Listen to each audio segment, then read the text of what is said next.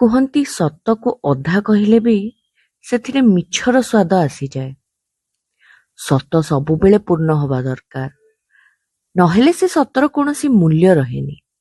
ନମସ୍କାର, ଗପଟିଏ ଶୁଣ କହୁଛି ଚ୍ୟାନେଲକୁ ପୁଣି ଥରେ ଆପଣମାନଙ୍କୁ ସ୍ୱାଗତ। ଆଜିର କାହାଣୀ ଅଧା ସତ୍ୟର ମୂଲ୍ୟ। ତେବେ କାହାଣୀରେ କିଛି ଏମିତି ହୁଏ। ବାଙ୍ଗାଲୋରରେ ଗୋଟେ ବଡ଼ ଟେକ୍ କମ୍ପାନୀରେ ରୋହିତ ଚାକିରି କରୁଥାଏ। ସେ ବହୁତ ସ୍ମାର୍ଟ ଥାଏ, ଆମ୍ବିସିୟସ୍ ଥାଏ, ସମସ୍ତଙ୍କ ଫେଭରେଟ୍ ଥାଏ।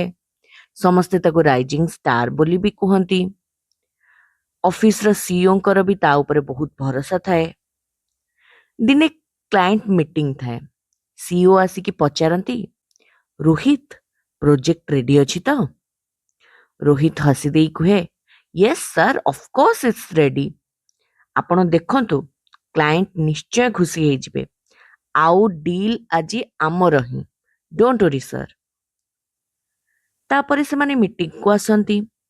ପ୍ରୋଜେକ୍ଟର ପ୍ରେଜେଣ୍ଟେସନ ହୁଏ, ଆଉ ପ୍ରେଜେଣ୍ଟେସନ ବି ବହୁତ ପରଫେକ୍ଟ ହୁଏ। ହେଲେ ସିଷ୍ଟମର ବ୍ୟାକଏଣ୍ଡରେ କିଛି କିଛି ଏରର ରହିଯାଇଥାଏ, ଯୋଉଟା ରୋହିତକୁ ଜଣା ତ ଥାଏ, ହେଲେ ସେ ସମସ୍ତଙ୍କ ଆଗରେ କୁହେନି, ଚୁପ୍ ରହିଯାଏ। ମିଟିଂରେ ପ୍ରେଜେଣ୍ଟେସନ ଦେଖି କ୍ଲାଏଣ୍ଟ ବହୁତ ଖୁସି ହେଇଯାଆନ୍ତି, ଆଉ ଡିଲ୍ ବି କମ୍ପାନୀର ହେଇଯାଏ। କୋଟିଏ ଟଙ୍କାର ଡିଲ୍ ହେଇଯାଏ, ଯୋଉଟା କି କ୍ଲାଏଣ୍ଟ 2ଟା ଇନଷ୍ଟଲମେଣ୍ଟରେ ଦବ ବୋଲି କଥା ହୁଏ।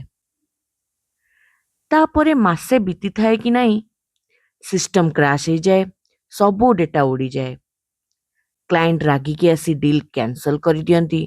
କମ୍ପାନୀର ରେପୁଟେସନ ଖରାପ କରିବା ପାଇଁ କମ୍ପାନୀ ନାଁରେ କେସ୍ ବି କରିଦିଅନ୍ତି। ସିଇଓ ବହୁତ ଚିନ୍ତାରେ ପଡ଼ିଯାଆନ୍ତି।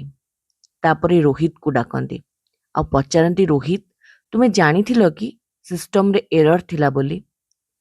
ଆଉ ସିଇଓ ସେଠି ଜାଣିବାକୁ ପାଆନ୍ତି କି ରୋହିତ ଆଗରୁ ଜାଣିଥିଲେ ସିଷ୍ଟମରେ ଏରର ଥିଲା, ହେଲେ ବି ସେ ଚୁପ୍ ରହିଥିଲେ।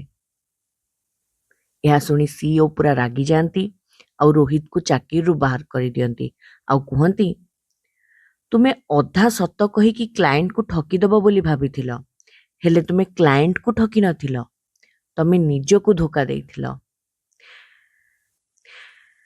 ତେବେ ସତରେ ଅଧା ସତ କହିବା ବି ପୁରା ମିଛ କହିବା ସହିତ ହିଁ ସମାନ। କଥାରେ ଅଛି, half truth is a whole lie. ଯଦି ଏଇ ଗପଟି ଆପଣଙ୍କ ମନକୁ ଟିକେ ବି ଛୁଇଁଥିବ, ତାହେଲେ ଲାଇକ୍, ସେୟାର ଆଉ ସବସ୍କ୍ରାଇବ୍ ନିଶ୍ଚୟ କରିବେ। ରହିଲି, ନମସ୍କାର।